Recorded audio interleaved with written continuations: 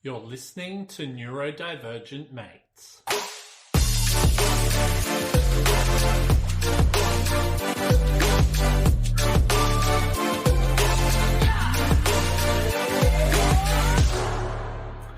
Hello and welcome to another episode of Neurodivergent Mates. I'm your host, Will Wheeler, joined with my main man, Photon John. Kev, what's going on, brother?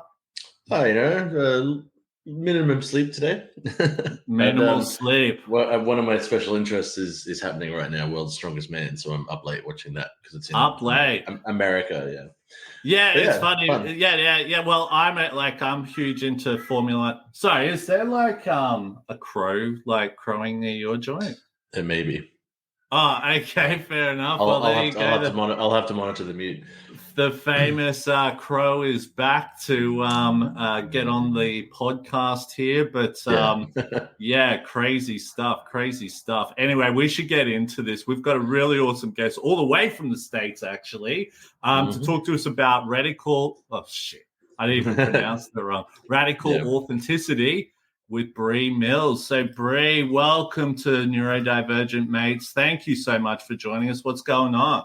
Yeah, not much. Thank you guys for having me. I'm excited to meet you guys. Well, I almost said in person, but the closest thing that we can get from right now. Well, it's so like, even though, we've been using technology like this for quite a while now, right? It's still pretty cool to know that I'm talking to someone like we are in a pub or something like that. Mm-hmm. Do you know what I mean? Like, yeah. I've got friends. Of a time warp. Like it is. Well, that's the thing. Like, we're in the future. Yeah. You're in the past, technically, right? I said something yesterday about okay, I'll talk to you in a couple of days, and it was like a different day for me, and my brain took a second to wrap around it. I was like, wait. No, I have this right. Okay. Yeah. But you know what? As neurodivergent people ourselves, right? That can sometimes be our worst nightmare, trying to organize things, because it's like, hey, look, how about we speak at 12? And you're like, okay, 12. Yeah, okay, that sounds all right for me. Yeah. And then we look at the time and it's like, holy crap, man, that's like, I don't know, 10 o'clock at night or something like that. It's so hard to coordinate. Yeah, when Bree and I were going back and forward, I was just like tearing my hair out, trying to figure out the time difference stuff. Yeah, I mean, typically what I tell them, I'm like, half of us don't sleep anyway, so just schedule it. Yeah, totally. I'll probably be up anyway. It's fine. Totally. Personally, I really get like a dopamine hit off like just social interaction. So being able to jump on something and have a chat is like whatever time. Obviously, if it's 1 o'clock in the morning, it depends what I'm up to. I could be up for that, but it's all good. But what we'll do before we get stuck into this, just for anyone who hasn't listened to the podcast before, if you haven't already done so, please subscribe, like, and follow to all of our social media pages. We're available on TikTok, Facebook, Instagram, X, Twitch, YouTube, LinkedIn. We're also available on all podcasting platforms, wherever you listen to your podcasts. You ready for this? Everywhere. Yeah, we are everywhere, but it's not like we're dominating the airwaves or anything like that. But we're getting there. It's baby steps. You know what I mean? Steps. No, baby for sure. Steps. Yeah, consistency. Yeah, It is. I tell you what, it is definitely a lot of work, and we'll have a little bit of a chat about that in a sec. But also, too, if anyone's listening and you've got some questions for ourselves or Bree today, please feel free to type it in the comment section, and we'll be more than happy to go through that. But you know what, Bree? I think, especially when Photon John reached out to me and said, hey, look, we've got to get this awesome person on here. I was like, hell yeah, looking over a lot of your content on social media. And it's funny we're talking about social media there because, it looks like you're doing some pretty awesome stuff. And did I hear correctly, Photon John, you were saying that you got a post with like 1 million views today or something? Oh. You did 10 million, was it? No, 10 million. Oh, geez. I'm just 10 off. Yeah, 9 off, Yeah. It's pretty wild. Consistently, I have this thing where works in memes. Mm. It's just how I think. So, and clearly it resonates because, you know, that's only my second highest view count. I think my top is somewhere around 15-16 million. Wow. But yeah, they consistently get up there. It's always surprising because it's just like I just make them based off of my own brain, you know, just stupid things that I'm thinking around the house. And I'm like, you really aren't alone. Like all of these silly things. We're all in this together. Totally. And sorry, for any of our listeners who you know, may not know of so you're more just on Instagram, correct? Primarily. I do some cross posting on Facebook, but really for me, because so my business is only like 6 months old. I went hard and I went fast. And because of that, like I also have clients that I actually make content for as well still. And all of that is on Instagram. And so I just don't have the capacity to interact with people everywhere. It's like I get that ADHD tunnel vision. I am exploring other platforms to kind of expand to, but it'll probably be YouTube. You know, I'm not really a TikTok person. I can't get into it personally. So I'm just, you know, I'm focusing on where my strengths are. I'm also what's best for you. Yeah. That's also what I educate on. You know, that's my platform that I am highly focused on through my social media content strategy, education. So that's cool. That's cool. So I just wanted to actually say the name of your so for any listeners out there, definitely check out ReadySetSquirrel. Have I pronounced that correct? Yeah.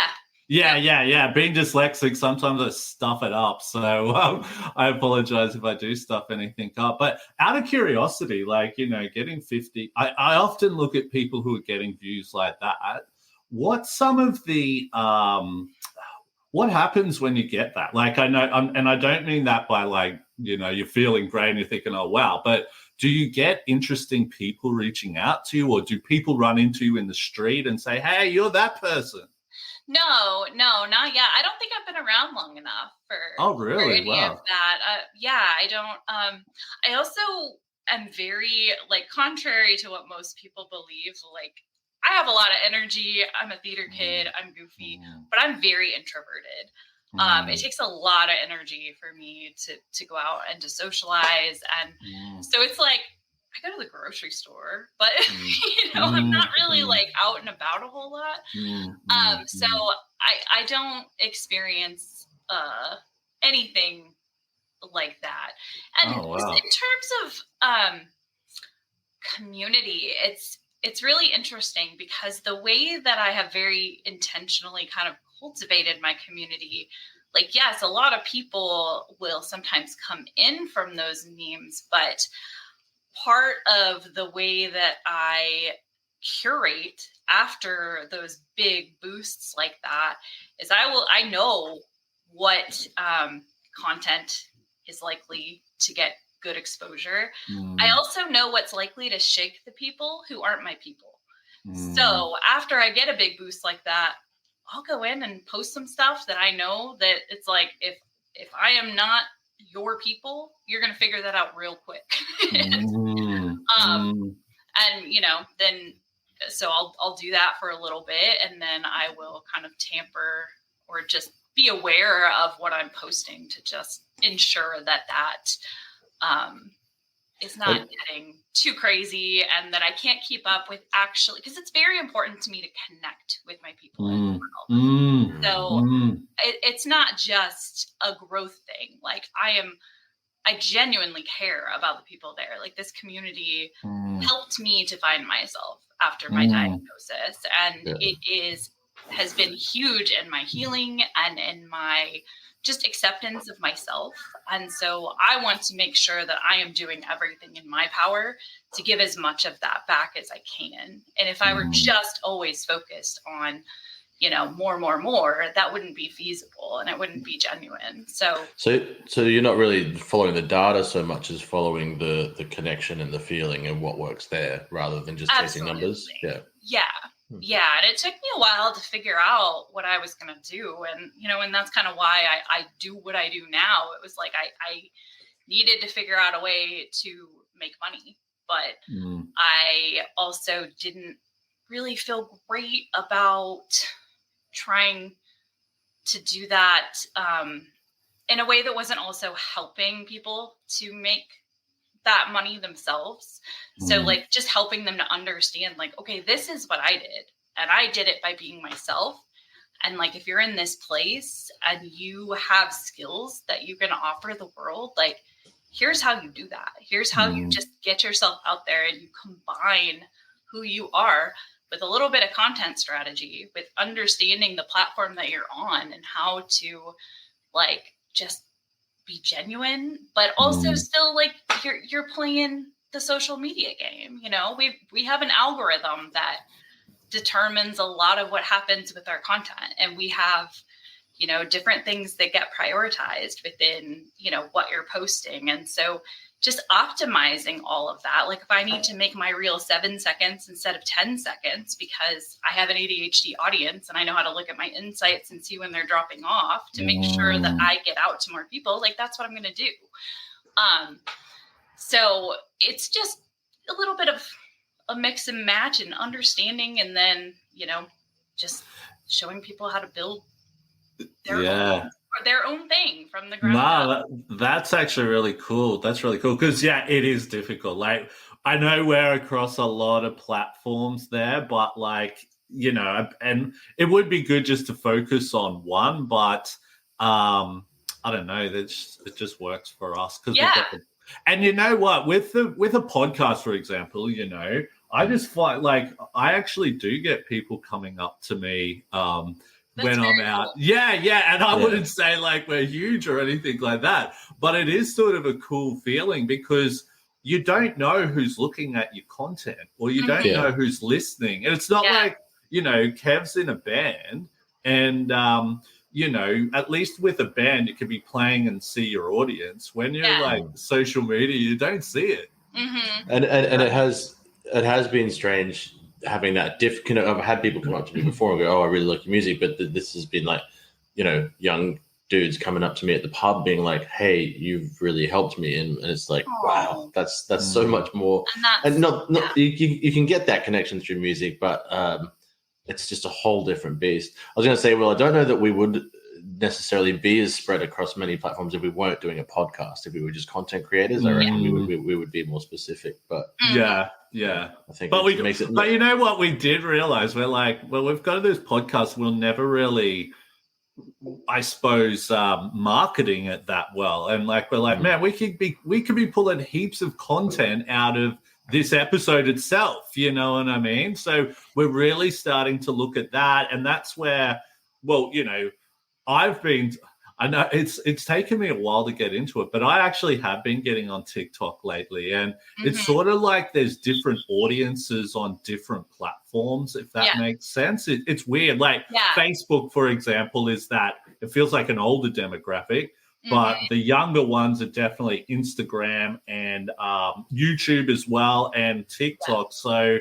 that's an interesting thing as well. 3 ages, right? Well, and that's kind of, I think, why Instagram is kind of my home base now too. It's like, you're right. I feel like Facebook is a little bit like maybe a generation ahead, or like older millennials. I am an older millennial, but I am a millennial, and I feel like that's kind of the base on Instagram, or at least in my experience. And TikTok feels like the generation under. I'm just like, I'm not cool enough for TikTok. Yeah, it sort of does feel like that. It's sort of because, and also too, you're seeing so many young people on there and all that, and it's like, oh man, contrary to popular belief, Gen Z still does know how to look up to their elders. Sometimes, I spoke on a panel at the University of Queensland the other day.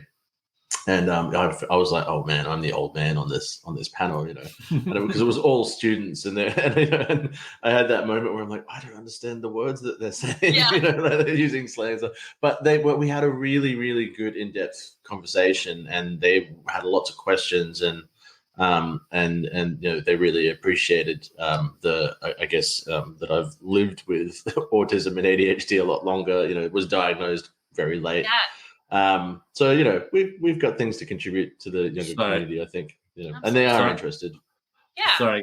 Sorry, can I say something? Yeah. Here's the first example of a bunch of ADHDers going off on a tangent because we've got a podcast. Totally. The funniest thing is this always happens, but I tell you what, that's where some of the best information comes from. So cool stuff. But we should really get stuck into this. So, when Photon John reached out to you, we asked, hey, what do you want to talk about? And you said, let's talk about radical authenticity. So, for a lot of our audience, they probably have no idea what that might be. So what is it? Yeah, well, and I'm sure it's not like a unique term to me, but I don't really hear it. Like, you hear about radical love, and, I just started using that term, and then somebody started asked me one day, what does that mean? And I really had to sit with it, because in my head I knew what it meant. I was like, I know that it just means being authentic. But then when I started building my curriculum and building that into kind of the foundation of what I teach, I really kind of dug in. And so the definition of authenticity is more or less just being exactly what you claim to be, being exactly what you say you are. And what I feel like radical authenticity is being exactly what you say you are, but also just exactly who you are. Deep down in your soul, your passions, your interests, not just conveying okay, this is what I say I am, so I'm going to it's really digging deep down within yourself and saying what matters to me? What is important to me?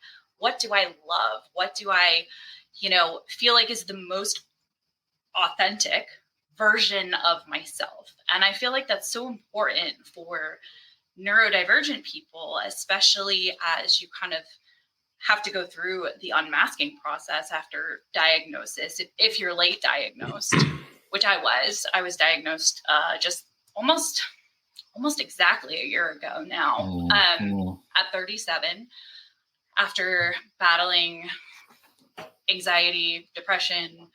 I was an alcoholic for about a decade, and really just going through it, and then hitting rock bottom after I was laid off of my job last year, and realizing I can't keep going on like this. And then I finally got the help that I needed, and then was diagnosed and started my Instagram page about 11 months ago, and really didn't expect anything from it. Didn't really know what I was doing with it. I was just I'm just going to start documenting this journey, because once I understood what was going on, it all started clicking into place.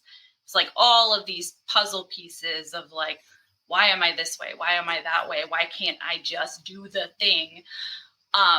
It all started coming into focus. And so I just started getting really intentional about I was I'm just going to be who I am. I had just moved. And I was I'm just going to start practicing this, just putting myself out there and just talking to people. And maybe nobody's ever going to see it. Maybe nobody's ever going to care. But people started showing up. And Totally. Sorry to sort of butt in there, but I can relate to that on so many levels. And I think for a long time, and probably a big reason maybe, I had a big drug and alcohol problem for a very long time. And, that was because I was going into certain situations where I couldn't be myself. So I had to use this thing to cover up. But, the thing is, once I started going, and look, I had to get rid of a lot of friends because I felt like I was only hanging out with people and trying to be someone I wasn't, to help with that, I suppose, loneliness or boredom or whatever that was. But I think once you start to be yourself, you actually start to attract the right people for you as well. And it's Absolutely. It feels so much better type of thing, if that makes sense. Yeah. Exactly. With myself, it was when I was sort of at peak alcoholism in my 20s, it was dulling down the senses so that I could enter that environment and not, just have the sensory issues. Because I've got the double whammy, unfortunately, with the autism as well. Yeah. So a lot of sensory issues, but it was that too. I just couldn't cope with the environment on a sensory level. Yeah, and I'm experiencing a similar thing now that where my ADHD is treated. It's kind of coming up where, I'm fairly certain that there's something else going on.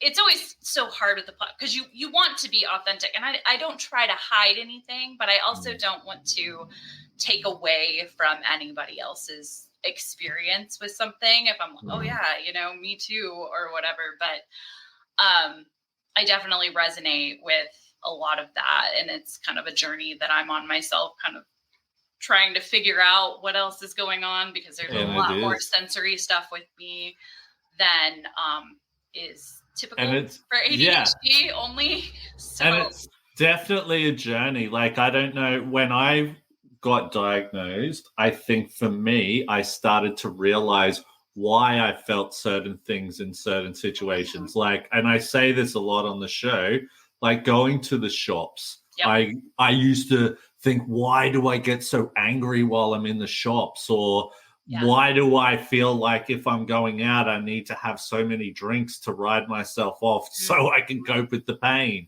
or whatever like that, and you start to go, now I get why I'm like that. Yeah. Let's put processes into place so I don't need to be like that. Or at least just being aware of it, because I feel like when you don't know why you're acting a certain way or why something is affecting you a certain way, like it causes so many issues because you don't understand it. So obviously you can't communicate it to other people. And there's been so many times in my life where, I've lost friendships because there would be situations where I'd have a really extroverted friend.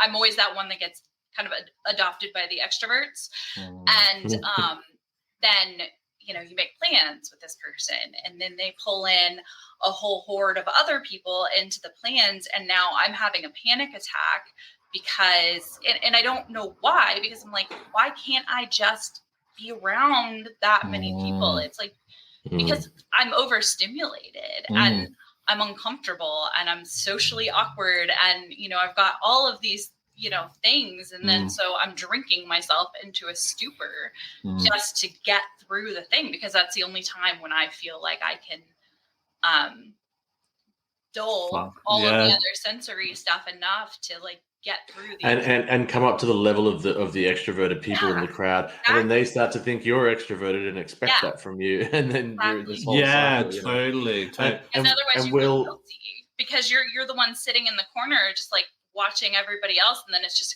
what's wrong? Why aren't you enjoying yourself? Why aren't you like, I'm fine, I'm fine. Embarrassing. I'm just taking things in, and I just process. But do you know what as well, right? Like the thing I used to struggle with was, I think even now I'm very selective with who I like to hang about, if that makes sense. And when you're around your normal friends and all that, then other people invited into the situation. This is a new person, and it's like, does this person fit in with who I am or what I need type of thing? So that whole socializing thing. And look, don't get me wrong, I'm a social butterfly and I love it, but I sometimes I meet some people and I think, you're not my people, if that makes sense. Yeah. And it's like you can sit and socialize with them, but like just like, this isn't gonna go anywhere probably. It's like that's fine too. I mean, at least being aware of that is so helpful, because you can at least have some semblance of control. And it's like, I'm actually like great and personable in like small groups or one-on-one. I will sit and talk to somebody for hours, but you stick me in a group and it's like I have no concept of like, when am I supposed to talk? When am I not supposed to talk? And I'm always that one that like people start talking over and then you start like sinking in on yourself, and you're like, oh God, you know, like, yeah, totally. I took that turn and nobody heard me, and now I feel stupid, and I don't like. It's just well. Do you know what? Right, like I was only saying this to a friend of mine the other day. I speak at a lot of conferences on neurodiversity, especially in education and all that type of stuff. Now, for me, conferences are daunting because there's so many people. It's a long day. All of that. Now, I said to my friend, I said, I only will go to a conference now if I'm speaking at it. Reason being, I know I'll speak, people will see me, and then the people who want to talk to me will come up and speak to me afterwards, type of thing. It's not me having to try and go out and make these conversations and feel rejected when someone doesn't give me the attention that I need, type of thing. It's just weird, but that's how it works for me. You know, and I feel like that's how I feel on social media. And I think that there's a difference in, like, for me, my page feels like my house in a sense. Well, it's your comfort zone, right? And I'm like, if you're here and you're reaching out to me, or I'm even reaching out to you, like, you have chosen to be here. And I don't ever, like, you know, it's even part of kind of what I teach. Like, I never cold DM to sell people stuff, but I try really hard to message people proactively, just to connect, just to say hi, just to make sure they don't need anything. Because I'm like, you know, I've been in places where sometimes you just need somebody to listen to you. And sometimes you just need somebody who makes you feel like you're not an alien, for lack of a better term. And that happens so frequently. And it, like, that's why I do what I do the way that I do it. That's why I have so many different things, or, you know, balls in the air that I'm juggling, when I could just focus on business, but it is my passion to connect with people and to help them feel less alone and in their experience with life. And there's so many people that I reach who either are self-diagnosed, like, very early on, and just, like, really don't even know a whole lot of other neurodivergent people. And they'll say to me, like, thank you so much for connecting with me. This makes so much difference. Like, you know, because sometimes you can see too people, like, binging and, like, liking a whole lot of your stuff in a row, and it kind of triggers that, like, oh, I should go and say hi to this person. And they're like, I'm sitting here listening or watching all your content and sobbing my eyes out. And I'm like, number one, I'm sorry, but number two, like, can I give you a virtual hug? Like, That's good. I know it's hard. And thank you for connecting with us too, because, you know, we've been speaking lately, thinking, you know, we haven't really spoken to any influencers in our space before, and we need to reach out to some, and we just weren't sure whether everyone was going to be too cool or too famous, or, you know, whatever. I get that all the time too. You know, I'm like, dude, I am a 37-year-old mom in my basement, like, acting a fool on Instagram. Like, I am not too cool for anybody. And, you know, just, I don't know. It's one of those things where some people are like that. If you let yourself have that mentality, but that is never why I got into this. But do you know what the coolest thing about it is? So, like, you know, I've, you know, been working in the neurodiversity space for like 10 years or something now, right? And the amount of connections I've got across the world, and it's funny how we were talking about before, how it's like, man, we're like on the other side of the world and we're talking and all that. Man, I've had people come to Australia, or I've gone overseas or whatever, and met up with them. And it's like, we're like, just, it's not like we've just met. It's like we've known each other for ages. And that's the cool part about it as well. Like, I could be like, hey, let's, so what part of the States are you in? Yeah. Oh, I'm in Virginia. Oh, Virginia. I could be like, hey, look, I'm going to be near Virginia soon. We might catch up, or let's do whatever. Do you know what I mean? It's like, hell yeah, man, let's catch up. You know, it's the best feeling ever.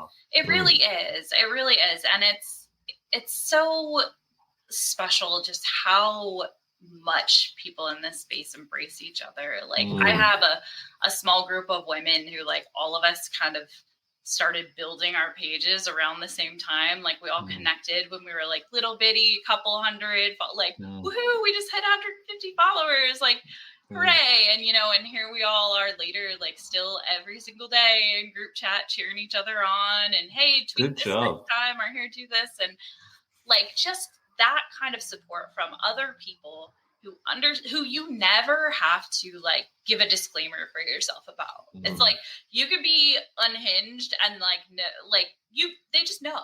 You're like, oh, you're having one of those days. Okay. Or like, guys, I'm really feeling like the imposter syndrome is coming in hot today. Or, this troll said this thing on my content and it's making me feel, really like my RSD is flaring up really bad. And it's like, you just got to give each other the pep talk and be like, we're in this for something bigger than this little troll on Instagram. Like, totally. Move on and connect with the people who you are impacting. Sorry, can I say something about trolls? And I know we're sort of going off topic here, right? Oh no!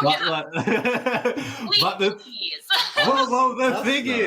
The thing is, right? What people forget is that what I've found in the past is because probably the platform for where I've sort of made a lot of connections and grown and developed a lot has been LinkedIn, right?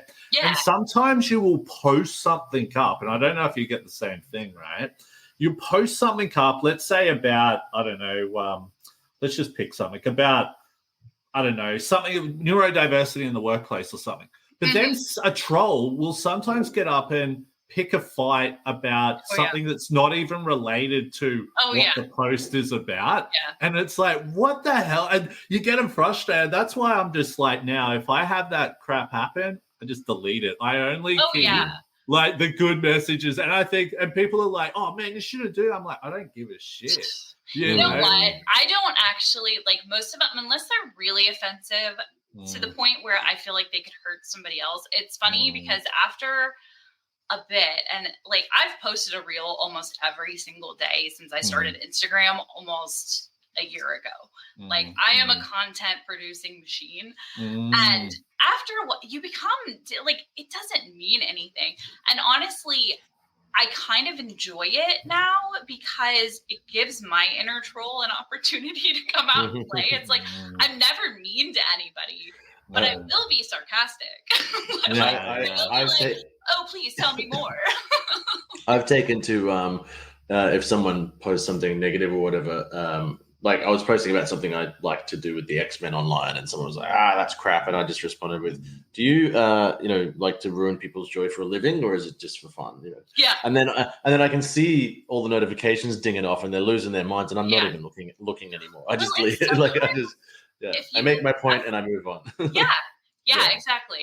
And it's so funny because oftentimes it's like the community takes care of it for you, or it just creates more engagement. And like, I'll just straight up tell, like, somebody the other day said something like, oh God, I can have ADHD and, not broadcast it to the world and make it my entire identity. And I just gave him a little trophy emoji and I said, here's your award, you must be better than the rest of us. And holy moly, if that comment didn't get hundreds of likes, it's like, you just play I'll play the game. Well, and the trolls don't realize me, that's fine.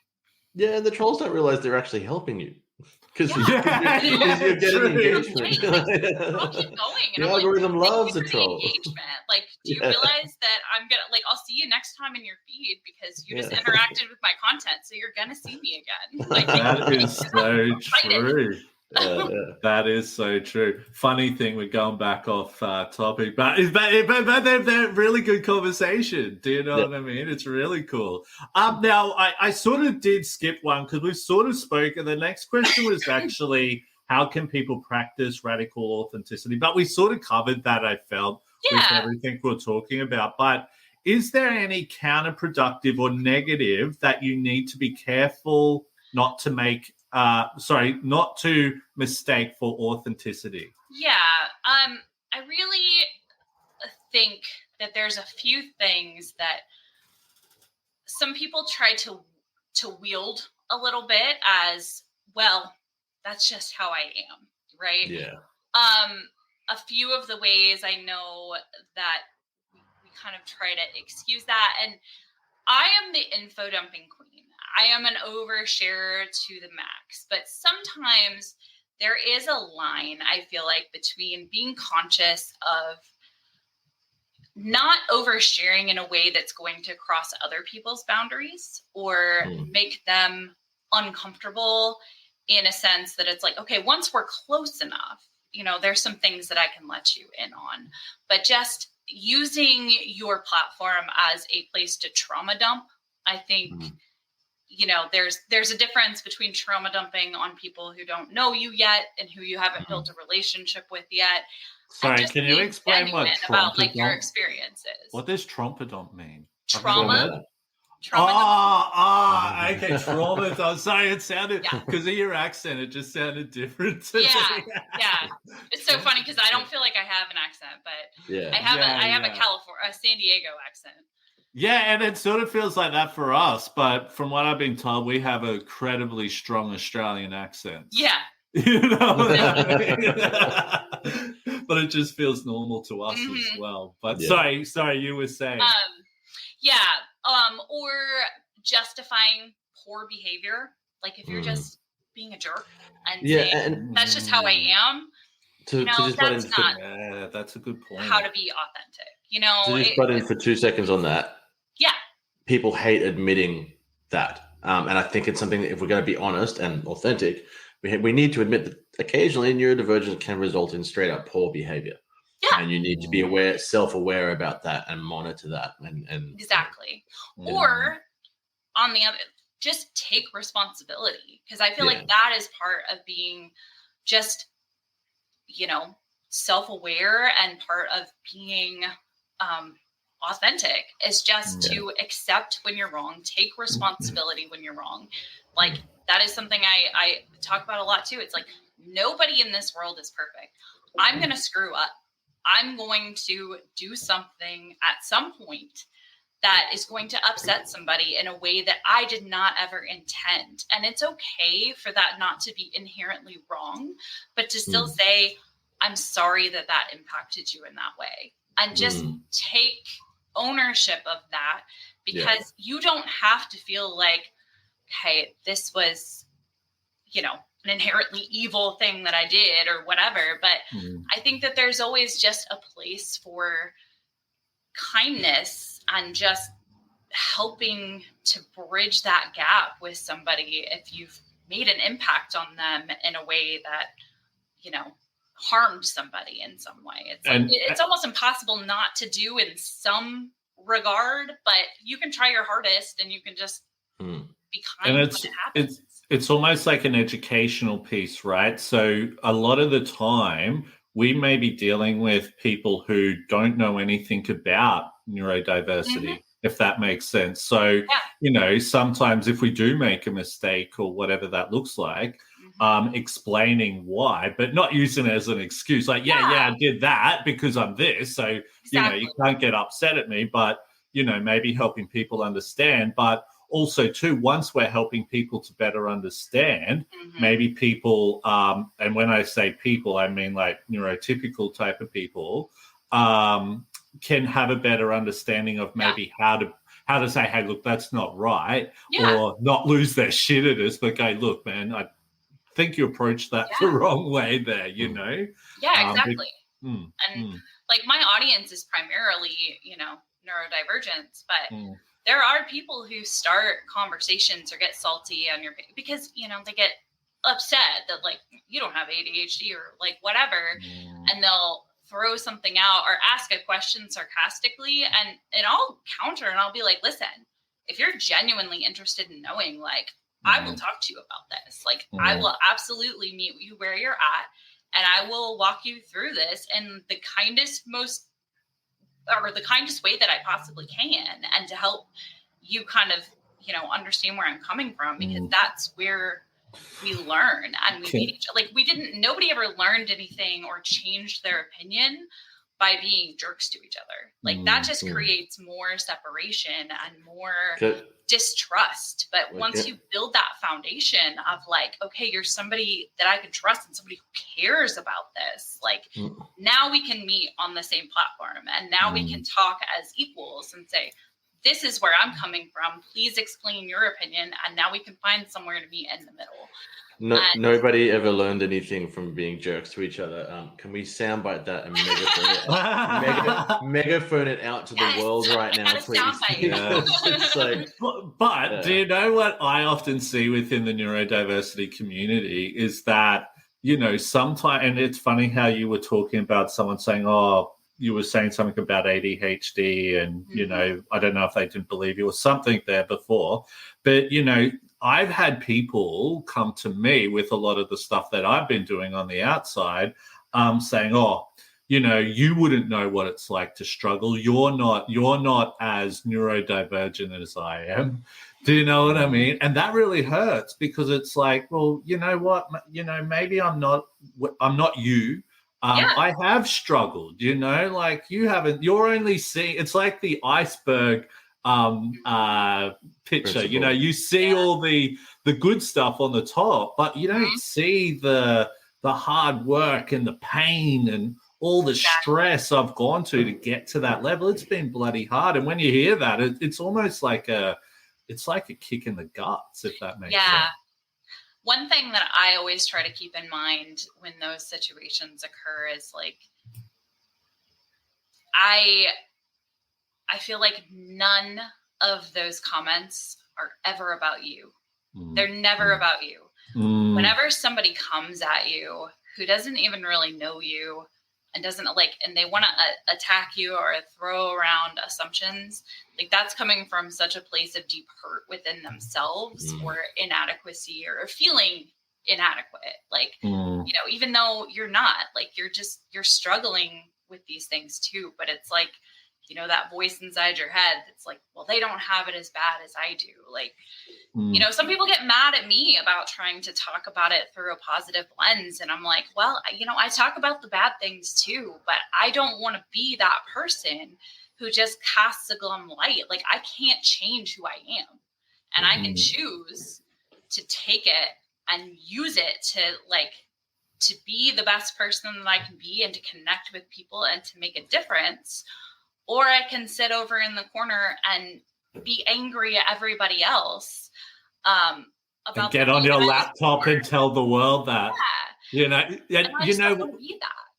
Like, I've actually disconnected with people, and I don't know if you've heard the term like keyboard warriors. Oh yeah, like people who that's get a very on there. neurodivergent thing. Yeah. That in person, in person they will be, and it's like masking almost. But once you see that, once they get behind the keyboard and no one's there, they will unleash, and it's like, oh my god, I cannot deal with this person.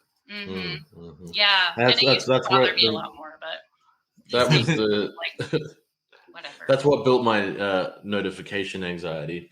Yeah, because in the early days of social media, because in a normal conversation, people don't talk to each other like that. And so I would get locked into these conversations, going, "Why are you talking to me like this?" And I'd be there for hours, you know. Yeah, and it took me a long time. I'm talking, you know, back. You know, when Facebook. But you're trying to prove that what you're sharing is correct, and then other people are disagreeing. And I'm like, I got to a point where I was like, why am I even bothering with this? Yeah. You know, I'm getting frustrated. I'm depressed. I'm all that. I'm like, I posted, and it could have been a positive post, but someone's turned it into a negative for me. Do you know what I mean? And it's like, well, piss off. You know, so, I had an issue with a friend the other night. We were talking online, and he just really wanted to go down this political conversation path. And I know that I disagree with him on quite a lot of stuff, you know. But I try to maintain friendships with people who I disagree with. You know, I think that's important. And I said, you know, I warned him a few times. I'm like, look, I'm just not interested in having this conversation with you. Yeah. And he just couldn't stop. He just really wanted to talk about it. I'm like, mate, and then so I slightly engaged just enough to thinking, okay, well now I've engaged with him. Yeah. And then he just goes, you know, it just explodes more. And then I'm just like, look, okay, I'm out, man. I'm not having this conversation. I've told you a bunch of times now, I'm not interested in this. And I do that in a conversation, mid-conversation with people that I know and love, because I'm just like, no, I'm dipping out at this point. Because I've learned, you know, that's not a conversation. Let's agree to disagree. Yeah, totally. But no, it is. It's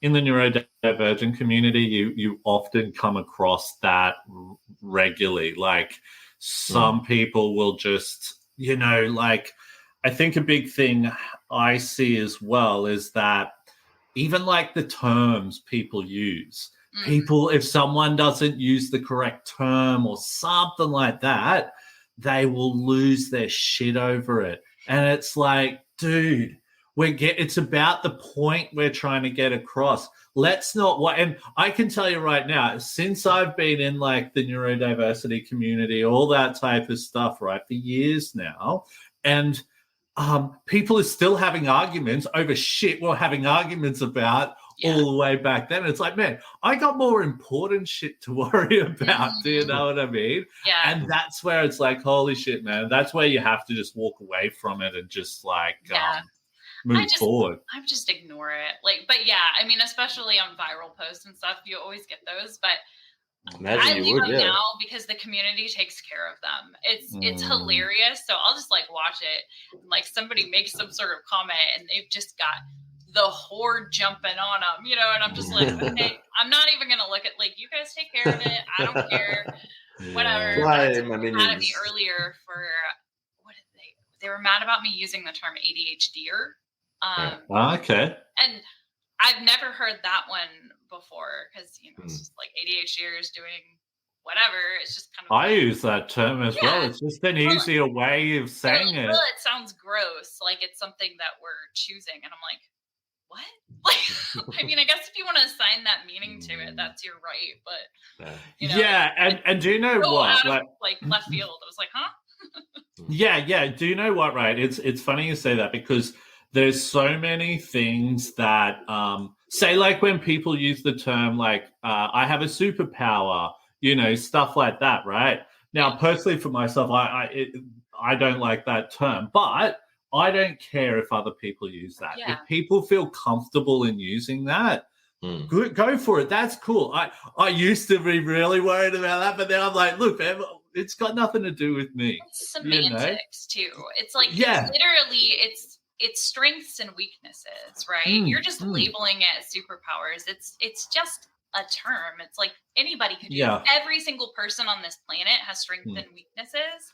Totally. And so you want to play the semantics game, that's fine. Like, I don't typically use that word either. I say strengths because, same. That's just like, we do have strengths. And, totally. And because I'm sensitive to the fact, just like, with any community, it's like, I know that that's a polarizing topic that I don't need to take a stand on because I don't have a strong opinion about it. So I'm just like, why would I create controversy where there isn't none? And I think that's a little bit of a different mindset that I have about like, just the social media thing. It's like, because controversy in general does create engagement. Like, you can say something like that and I would probably get a lot of views on it, but I don't feel the need to throw something out there to create fights within a community that I love. Why would I do that? So, so I just don't use it. I just say strengths. No, it's all good. It's all good. We're getting a little late in the piece, and I did just kind of want to pull us back to the core here, because there's a couple of things I really wanted to ask you. Sort of get from the questions, but going back to the radical authenticity side of things, could you just give us a little breakdown of how that's benefited you and like why it's important? Yeah, I think that it has helped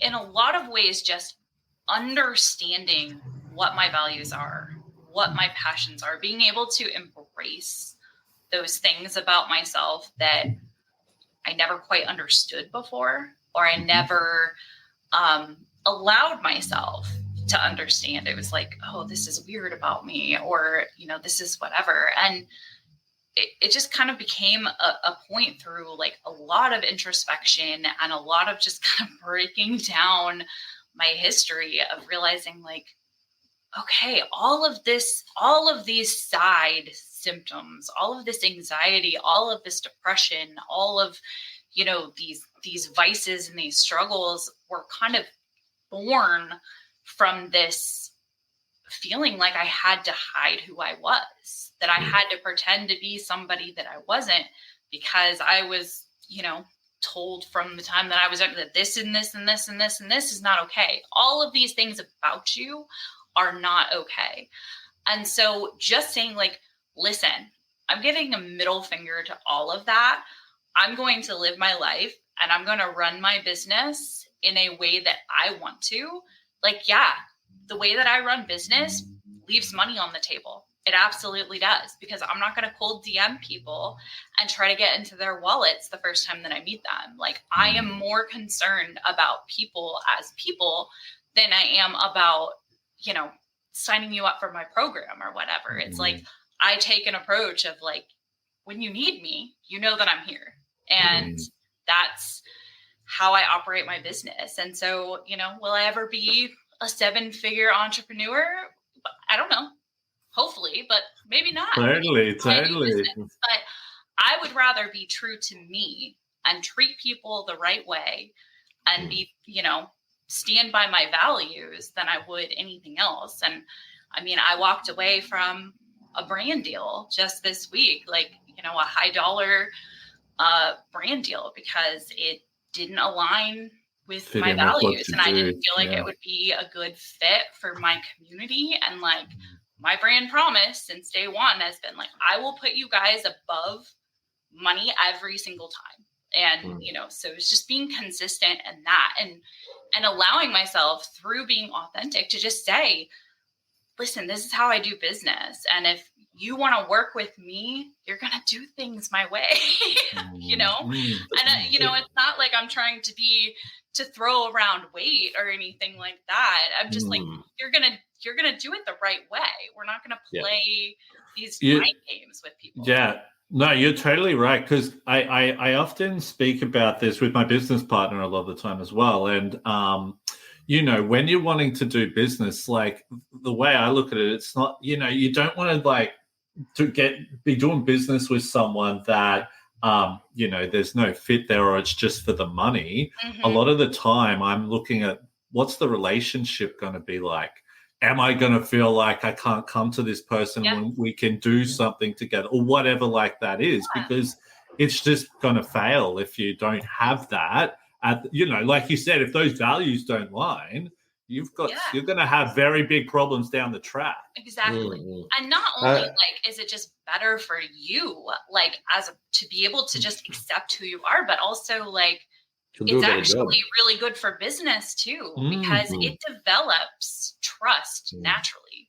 Like just being real with people, they can trust you, like it's, that's a really big deal in a world where you don't always know what you're going to get. It's like, I'm not going to try to throw somebody at the finish line and, jump to a decision, in hiring me before they're ready. Like I'm going to do what I need to do to build that trust with you, because that's the respect that I would want as a person as well. And so, it's like, it might take a little bit longer, but I know that I'm uncomfortable when I'm put in that position. And like, I would so much rather somebody come and be comfortable and be confident and be ready to be in that place than to have to push somebody into that space. You'll have them. Oh, sorry, you go, Kev. I was going to say, it's nice to realize I've been practicing radical authenticity without realizing. So I used to work for like a lot of the big marketing agencies around town, and I'm very, very good at what I do. I don't mind saying that, but I couldn't align with them culturally, and it was all about money. And I saw my job as I'm helping business, especially like new business owners and stuff, succeed. And I got really invested emotionally with them in making that happen. But you couldn't do that in a corporate environment because it was a corporate environment. Exactly. And you had to make money. And I was like, well, we need to spend a bit of extra money here to do that. And they'd be like, no, that's not that way. I'd be like, And so now I've got all my own direct clients. So they all, I work totally for myself, and I do everything the way that I know that it needs to be done. They all be done. Yeah.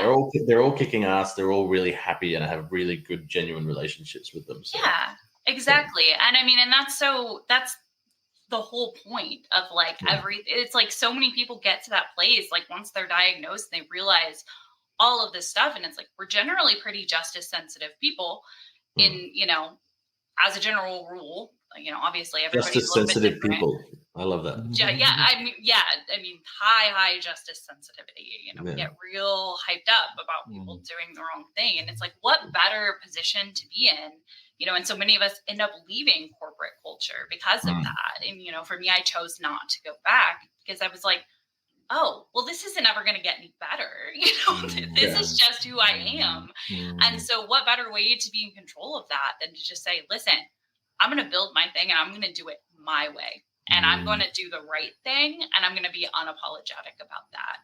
And, screw everything else. I think it builds for a more probably reputable company in that way as well. You're saying what you believe in. It does take longer, but you'll have and you'll probably find, it'll take longer, but you probably will make more money because sometimes you lose money when you're dealing with dickheads. Because you're doing the footwork to build the trust and to build the foundation instead of building it on, what is that old? Yeah, totally. Building it on the sand. It's like, when you try to speed towards the finish line in that way. You don't have a foundation to build upon. You'll make money, but won't get totally. But we are getting close to the end here. So do you have any last tips for people wanting to be their more authentic self? Yeah, I think that really one of the biggest things for me was finding people who accept you for exactly who you are. Surrounding yourself with people who say, you don't have to justify yourself to me. You don't have to give me, disclaimers after everything that you say.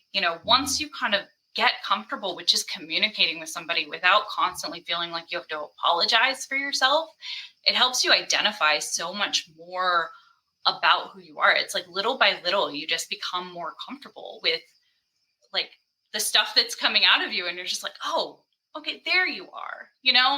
That's who you are. And just kind of thinking about your past and journaling and mindfulness is absolutely very helpful.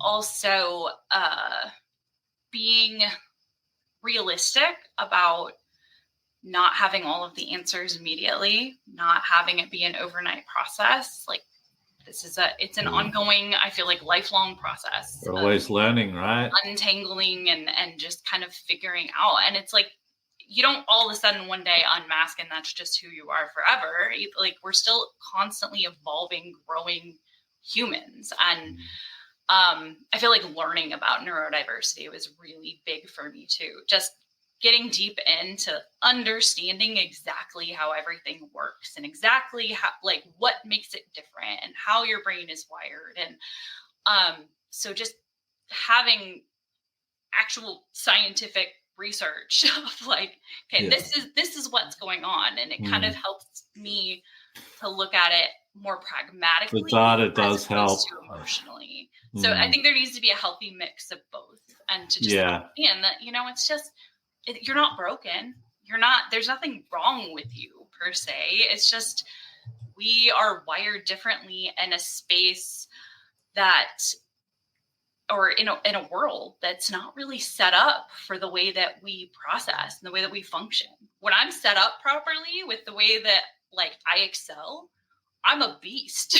I will crank through and I can be extremely productive and extremely focused and extremely, powerful when I am in my strength area. But you try to stick me somewhere else, I will completely flounder. And I was like that in college. I dropped out of college 2 years in. I thought I was stupid. I thought that I would never be able to amount to anything because it turns out, I just couldn't freaking focus or study because the college system isn't set up. And I was unmedicated, And also too, the higher education part of that as well isn't equipped for people like ourselves. Yeah, not at all. Yeah, they'd be like, why am I so good at this, but I'm really bad at this? Like, no, looking back, it's interest-based. You know, we have interest-based nervous systems. And, to just answer this comment here from KJ, I think it was being a jerk. No one ever learned anything from being a jerk to each other, from being jerks to each other. Yeah. I thought I'd post that up because she's been posting a lot, and I thought, man, I've got to do a shout out. So, KJ, thank you so much for all your comments today. But also, too, Bree, thank you so much for coming on as well. Thanks for having me. You know, if people want to connect with you and find out a bit more about your work, where's the best place to go? Really, my Instagram is where I live and breathe, and that's where all the fun stuff happens. So, so ReadySetSquirrel. Yeah. Cool. That is my Instagram handle. I do have a website as well, same name, but Instagram, you can always get me. And I always tell people, some people are weird about DMing. Like, I promise you, I am 10 times more awkward than you are. Like, it will never put me off. I will always respond. You know, I'm not too cool for anybody. I'm the opposite of that. So yeah, reach out, connect, and come have a party with us. That's what we do all day, every day. Nice. Well, no, thank you so much for coming on the podcast today. We really appreciate your time. It's been and this is the thing, like we just don't get to speak to our American friends that often. Like, we're always so being able to connect with people from overseas means a lot to us. And I know it's probably a little bit late over that side of the world, but yeah, well, no. Well, we're getting older. You know. I don't know what you're talking about. Yeah, true. But no, thank you so much for coming on. It's been great, and so cool to see how amazing your Instagram page has skyrocketed within such a short amount of time. We could probably learn a little bit from you. So thank you so much for your time. Anytime. Yeah, and if we're over in sorry, where are you again? Virginia, we'll knock on the door and catch up. Yeah. There you go. I've got a guest room in a whole podcast studio. So yeah, cool. Just do a live podcast. Just get a random knock on the door and it's me and Will. Hey, mate. I just be like, hey, what's up? Downstairs. Well, first of all, you're probably going to be like, how the hell did you get my address? No, nothing surprises me. I gave away my entire Google Drive last night, so true. Probably got it from there. From your Google Drive.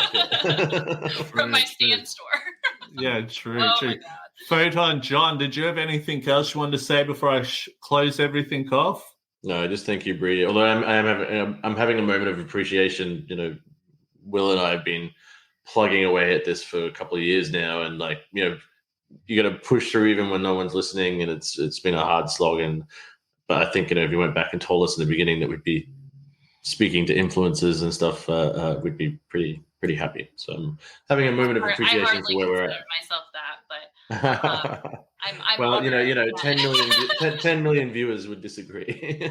Yeah, I don't know what I'd do with myself with 10 million views on a post. I'd be beside myself. The first time it happened, I almost vomited everywhere. Like, I had so much anxiety about it, and now it's just like, all right, you know. Did you have your notifications on?